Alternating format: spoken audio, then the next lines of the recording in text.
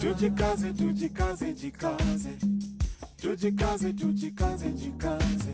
Africa, tujikaze, tujikaze, jikaze. America, tujikaze, tujikaze, jikaze. You are listening to African Father in America podcast by Simon Javan Okello, live from Seattle, Washington, USA. Greetings, beautiful people. My name is Simon Javan Okello. I am in Seattle, Washington. I'm really excited. It's Friday, and I am excited that I have a wonderful guest here with me today, joining me all the way from Atlanta. And I just want to welcome Asha. Asha, how are you doing? Just say hi to everyone before we continue with our conversation. Hi, everyone. I'm doing well. How are you doing? Doing great. Thank you for making the time for our conversation today. We are here in the African Father in America podcast, and it took a while for us to make this interview possible, and I just appreciate you for making the time, and also I appreciate you for all the work that you do. For those who are meeting Osha for the first time, Osha is a life coach and is doing incredible work. You learn how to stay connected with her, and you learn more about her work in a moment.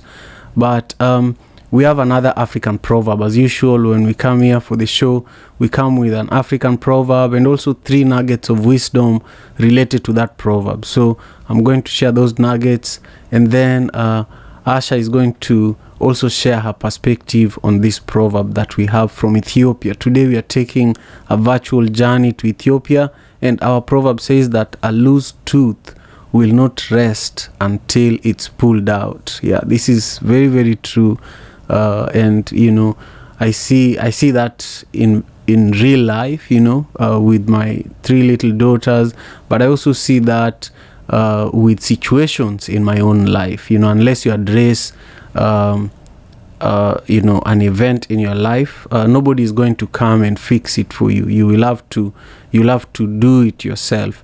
And so this is a really good reminder that you must take action. A lot of the time, nobody will do something for you unless you actually get started on doing what you need to do.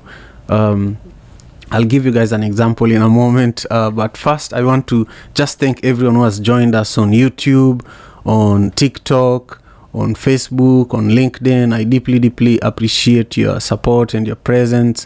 And as I said earlier, our proverb is from Ethiopia.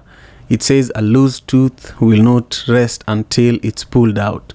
Here are the 3 nuggets of wisdom related to this proverb. The first one says that address and resolve problems before they escalate and cause further damage or discomfort. This is a lesson to myself, and this is a nugget to myself because I'm currently producing Madaraka Festival. I'll share more information about it in a moment. But when you're producing such a massive event, you're always thinking about what could go wrong. You're always thinking of what could go wrong before you think of what could be great. The second nugget is take proactive steps to address issues as soon as they arise. Sometimes we see a symptom of sickness, of illness, of mental health, something that indicates that you need to pay attention to yourself a little further, but we don't, until it's too late. The third nugget of wisdom is that ensure you stay healthy, happy, and thriving in all areas of your life. This is just a reminder that we should prioritize ourselves. Asha, Asha, what do you think about this beautiful Ethiopian proverb? A loose tooth will not rest until it's pulled out. I think that is a beautiful proverb, and it actually reminds me of the work that I do. So, our teeth. When we think about teeth, we think about the roots as well. So, and a lot of times people want to figure out how to get to a place in their life or how to accomplish a certain goal without really addressing the root issues. So with a loose tooth, I'm thinking of being uprooted. And as far as, the loose tooth and not being able to rest until something is done about the loose tooth, the other thing about a loose tooth is that it's not going to fall out until it's ready in most cases, unless you do something to pull it out. And sometimes you can pull it out too soon and cause damage or have extra bleeding that wasn't necessary, or have extra pain. And that just also reminds me to allow yourself to be on the divine timing as well, not trying to pull things out or do things or uproot things or accomplish things before you're actually ready to do so.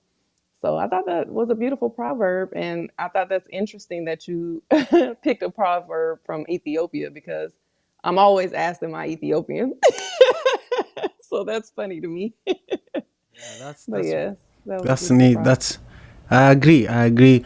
I love also your response that sometime you need to wait for divine timing, because um, we live in a world where people love to pull things. People want to see results quickly. People, even this life of social media, where people want to see likes and shares and comments, which I'm actually telling people to do now. I'm pulling a lot of tooth right now, telling people subscribe to my YouTube channel, comment down below. Everything is set to make us behave like we are always pulling tooth. So I really, really appreciate your perspectives. Just a quick check-in with our audience members on TikTok. Thank you again for joining us. Make sure you are sharing the link to this conversation, and make sure you are also double tapping that screen and liking this live stream.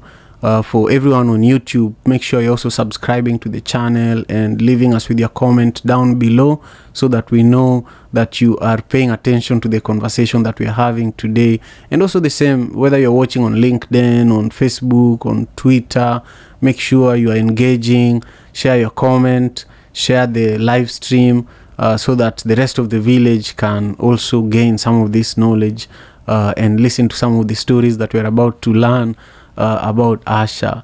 So Asha, I would love for you to also take us through a journey about your own story. This is a question I ask all my guests, about a childhood story, maybe when you were 8 to 16, something that happened around that time, that when you think about it today as a life coach, it reminds you that this is really why I'm doing what I'm doing today. Mm-hmm. Well, when I saw this question, I had to kind of go deep into memory lane. And a couple of stories come to mind. One of the stories is not necessarily about why I'm doing what I'm doing today, but it it's helpful when it comes to like mindset. And so you remember back in elementary school, we used to have the field days where we have all of these competitions like races and tug of war and long jump, high jump, all of these things back when they would actually give ribbons for if you won, if you won the contest, I think you got a blue ribbon. If you were second place, you got a green, and then you got red if it was third place, something like that. I know nowadays they give everybody a participation ribbon, so it's not really they don't, promote competition and teaching children how to lose sometimes. So I don't really like that, but it was different back when I was growing up. And I remember because I've always This is Simon. coming through, I forgot to put my phone on do not disturb. Let me do Oh, that now so it okay, won't okay. keep getting disrupted. No problem, no problem. Do that while I just, thank everyone who is joining us for the show today. I see a lot of comments on TikTok. I really love that. I see that Joy, hey, how are you? Joy is doing amazing work in Uganda and also in Europe. The way that you tell the African story is really beautiful. So it's a privilege that you are joining us on TikTok. Make sure you are sharing the link. Make sure you are commenting so that we know that you are here with us.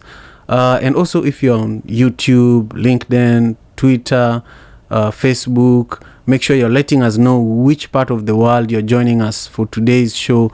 This is the African Father in America podcast, and we are doing this show every Monday to Friday, 6 a.m. Pacific Standard Time. And That is 4 p.m. East African time. What time is it in Atlanta, Asha? What time is it? 9:11. So 9 o'clock. Okay, so 9 it's Eastern time, right? Yeah, so it's Yeah. 9 a.m.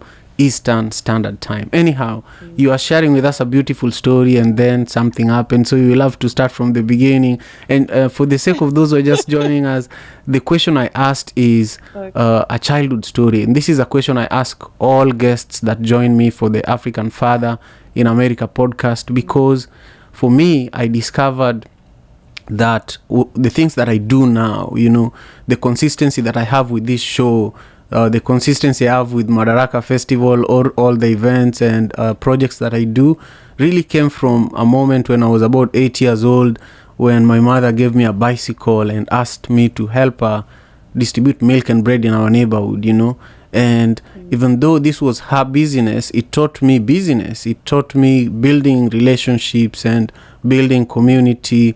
And until today, I still have some of those relationships. So I like to ask my guests this as a way of really going deeper into their own journeys, because none of us just showed up here today. We came from somewhere, right? That's a fact. So the story I was telling was, being at field day in elementary school, having all these competitions, and um, I've always been tall, so I was probably not too much shorter than I am now in elementary school. I'm 5'9.5", so I probably was about 5'6", who knows. And so I would always get into the long jump and the high jump competitions. So with the high jump, they have these hurdles that are extremely tall. And so you're jumping over them, and every time you jump, they're going to make them higher. So when I got to the highest bar, I was in my head so much that I would run and I just couldn't get it. And I just remember literally taking off running, getting out of my head and just doing it without overthinking it, without preparing, without, thinking about all the possible outcomes. And by the time I tapped back into what was going on, I had jumped over the hurdle. And it kind of reminds me of, even now, like as a grown woman, I took swimming lessons a couple of years ago with my mom, and I couldn't get myself to jump into the pool. I was just so stuck in my head. It was so scary to me. Even, I'm tall and I'm scared to jump in 5 feet, 3 feet. I'm just scared to jump in. And I'm just in my head about it. I'm thinking about it. I'm trying to hype myself up, encourage myself. And the instructor is like, I got you. I'm down here. You're going to be safe. Come on, jump in. And it wasn't until I got out of my head and stopped thinking about it and just literally did it, literally took the jump, took the leap, that I was able to do it. So it reminded me of that childhood experience that, sometimes it just takes for you to take action and get out of your head. So that really inspired me when I saw the question and I started thinking of my childhood, because that is a story that I would always refer to, but I haven't thought about it in a while. So that sparked that memory.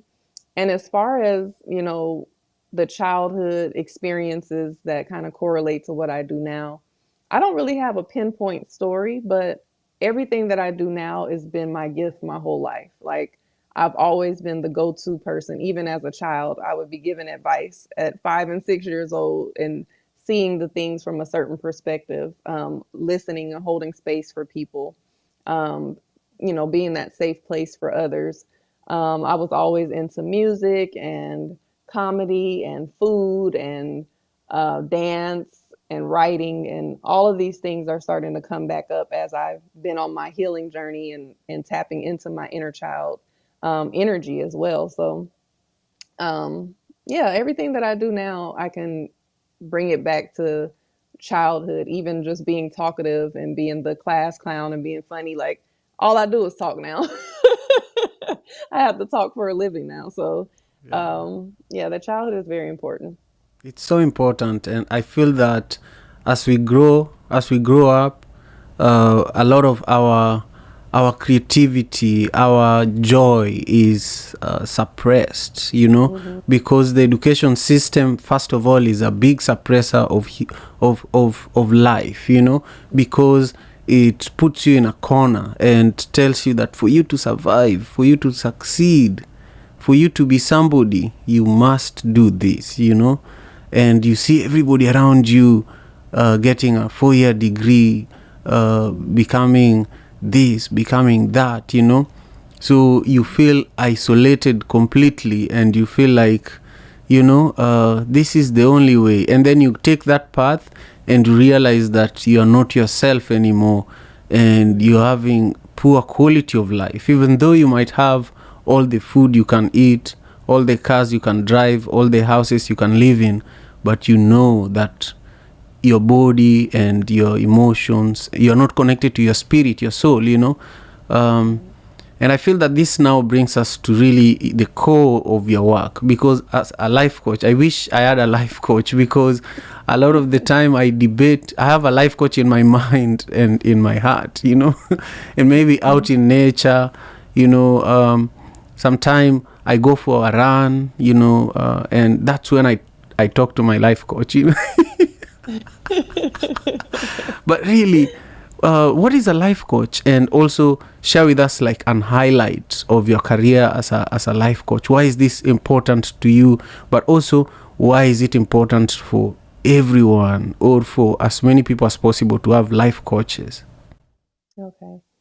So a life coach is really someone that's there to support and guide you on your journey. And mostly with life coaches, we are taught in our programs to really focus on present and future goals.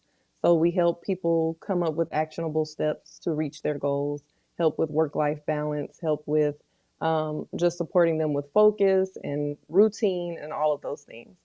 But me personally, I'm a firm believer of we can't get to the future until we kind of go through the past. So with my personal practice, I'm not a therapist, but we're going to go through a lot of, uprooting and healing before we get to the future goals.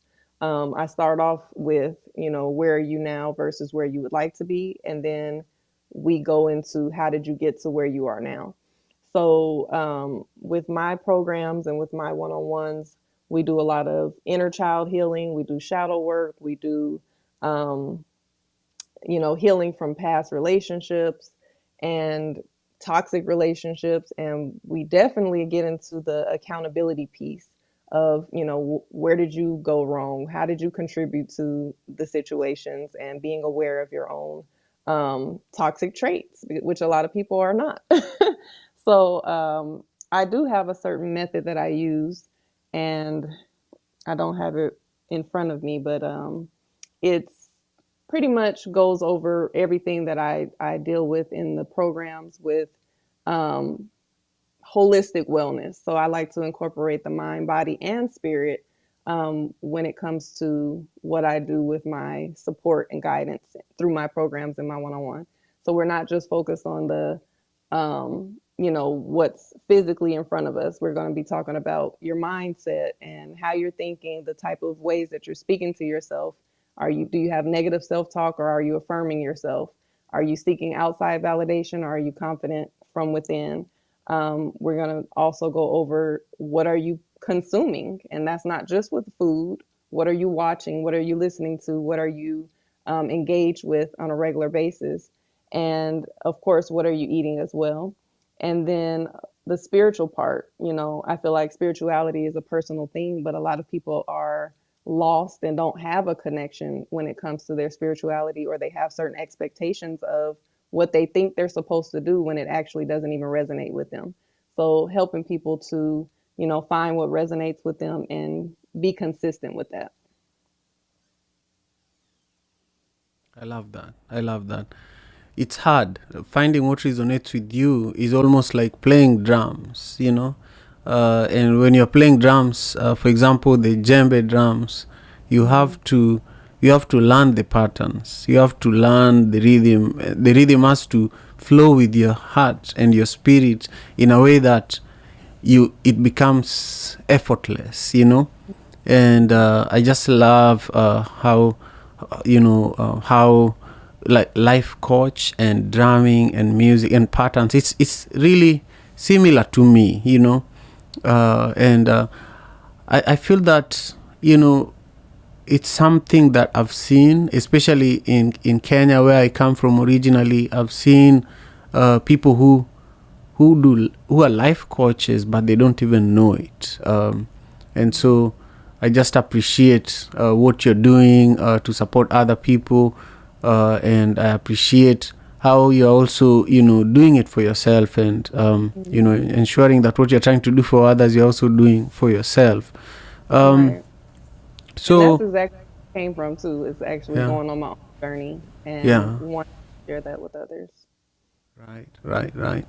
So how can somebody who is watching the show, who wants to support you or who wants to be a client of yours, connect with you, and also how can anybody who is watching connect with you so that they learn more about the work that you are doing? Share with us that a little bit. So my website is www.ashascerise.com. That's OSHACERESE. I have a link tree, which is in my Instagram bio. So it's Instagram.com/AshasCerise. When you go to the link, that gives you access to pretty much everything that I have going on. You can book a discovery call if you would like coaching services, and that's free. It just pretty much goes over where you are and how I can be of support. There's also an application for youth enrichment, because I also do youth enrichment workshops. So I have annual summer camps for young ladies.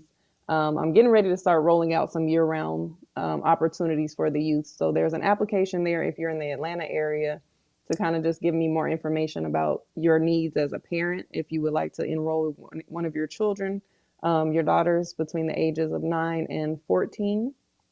And then I also have a few digital courses. So I have a healing workshop, which is 6 weeks, and it goes over self-discovery, self-love, and healing. You get the one-on-one work with me as well through that program. I have a 5-day self-love course. It can be done in 5 days, but if it takes you a little longer, that's fine too. And that's incorporating the love languages into your self-love practice. And it's also doing a little bit of inner child healing work as well, and shadow work when it comes to the blockages that you may have and may be experiencing due to certain things that you have had happen in your life that may be blocking you from receiving and giving love. And then I have a 6-week virtual youth program. So it's a confidence and character building program for youth. And then also I have guided journals. So this guided journal, How to Beat Single, it will eventually be called One Single Step at a Time, which is the name of the course as well. But this is like the course in a journal. If you cannot afford, or you're not ready for the actual course or the one-on-one work, this is where you can do the work on your own self-pace. And then I have the guided journal for the youth as well. This is pretty much, I would say, appropriate for maybe 8 and up, 8 to preteen, some character and confidence building activities in this workbook. And yeah, so that's the main way to reach me, just through social media. Unfortunately, my Facebook was hacked, so I don't have access to that right now, but I do have my Instagram. My YouTube is at Ashas Cerise as well. And on that YouTube, I have vlogs, and I have my podcast, the Cool Weirdos podcast, that streams on there live on Wednesdays. We're on a break right now. And then I have another YouTube channel that's Damn Near Vegan, which is another one of my brands, to help you to transition to veganism if you are interested in a plant-based lifestyle. Yeah, that's beautiful. You're doing a lot of work, and listening, listening to all the wonderful work you do reminds me about your mom, who is an amazing poet, a model, and also an author like you. So I didn't know that you're an author. I should have done a better job researching, but now that I know, and also now that your mom is an author of multiple books, speak to her inspiration to the work that you do. How is she? Because you guys collaborate a lot too, just based on what I've been seeing. Can you speak to also, in our culture, in the African culture, and I'm noticing that in the African American culture, sometimes as we grow older, we tend to grow apart with our parents, with our siblings, and it's because of what we hear. A lot of people say that, oh, you work with your sibling, and the way they say it, they make you feel like I should not work with my sibling. Right. You're doing a video with your mom, the way they say it is like, don't do a video with your mom, but Right. you guys are doing great work together. Speak to how she inspires the work that you do. And also, in a moment, just before you say that, I want to prepare our audience members. We are wrapping up the show in just a moment. So share your comments. If you want a shout out, let us know your own interpretation of today's proverb. A loose tooth will not rest until it is pulled out. A loose tooth will not rest until it is pulled out. This is from Ethiopia. Go ahead, Asha. Okay, so yes, my mother is my biggest inspiration. Just seeing her, I've been watching her in her femininity and creativity and in her element since I was a child, seeing her model and be in a pageant and just seeing her evolution and her on her own healing journey, knowing that she has coordinated and created events and fashion shows. These are things that I have done too in my adult life that, she helped inspire, she helped support me on those things. And she's my biggest supporter actually, like whatever, everybody has their path and their journey and we try different things and a lot of people say, oh, find one direction or focus on one thing. My mom never discourages me for trying different things or being on a different path or whatever it is that I do, she supports it. And even with Damn Near Vegan was actually the name that she coined because once I got on my vegan journey, she tried it and she was cooking one day in the kitchen and she's like, I'm damn near vegan. I'm like, hey, I like that name. I'm going to use that. And, just being a part of my family podcast that was started by my aunt and co-hosted by my mother, Table Talk Thursdays. It's also brought us all closer as, respecting each other as women in those spaces because yes, we're mother and daughter and aunt and niece and cousins, but we are also women that are exploring different aspects of our lives and we're in different parts of our lives and we're made to feel comfortable to share those things with our mothers, me and my cousins who are on there with our mothers. So just seeing my mother evolve and see her in her element still, in the modeling agency for women over 40. She's a wonderful author and writer and creative. She's an artist. So she definitely inspires me in everything that I do, from just watching her to the support that she provides me. And she'll tell you, when it comes to me giving advice since I was a child, she was one of my first clients. She would be, we've always been close because I'm the only child. So, she would come to me and tell me certain things, which I've always appreciated. It was never too much for a young child to know. It was just like, she always valued my opinion and my insight, which then provided me with confidence because my mom values my opinion and she values my perspective. So, yeah, she's a huge inspiration to me. I love that. It's really important. If you're watching this show today, don't be afraid and don't let somebody talk you out of collaborating with your siblings, attending a retreat or even a training program with your parents, doing yoga and playing, and even going for a walk with your parents.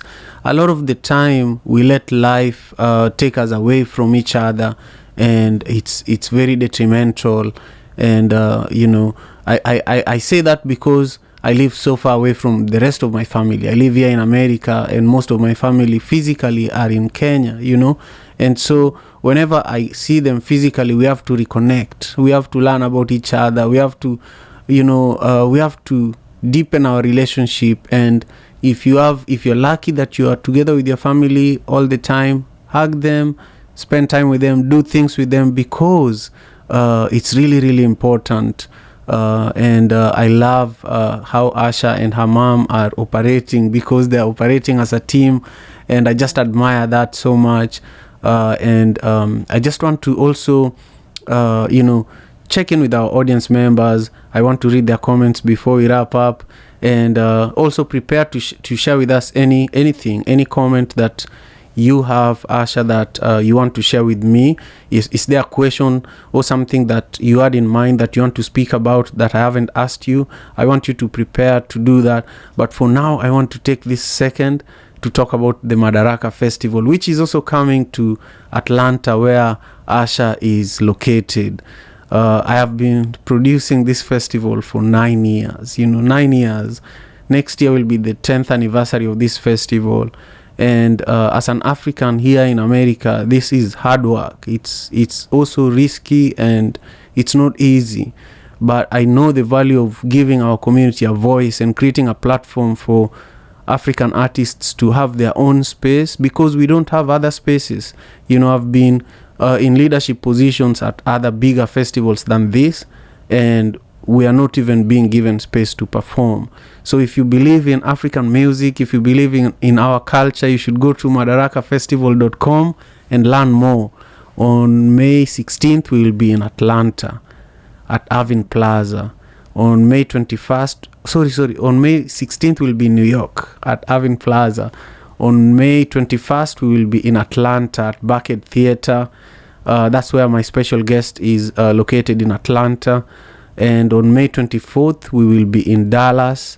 And May 26th is now the grand finale here in Seattle at Benaroya Hall. So make sure you go to madarakafestival.com and get your tickets.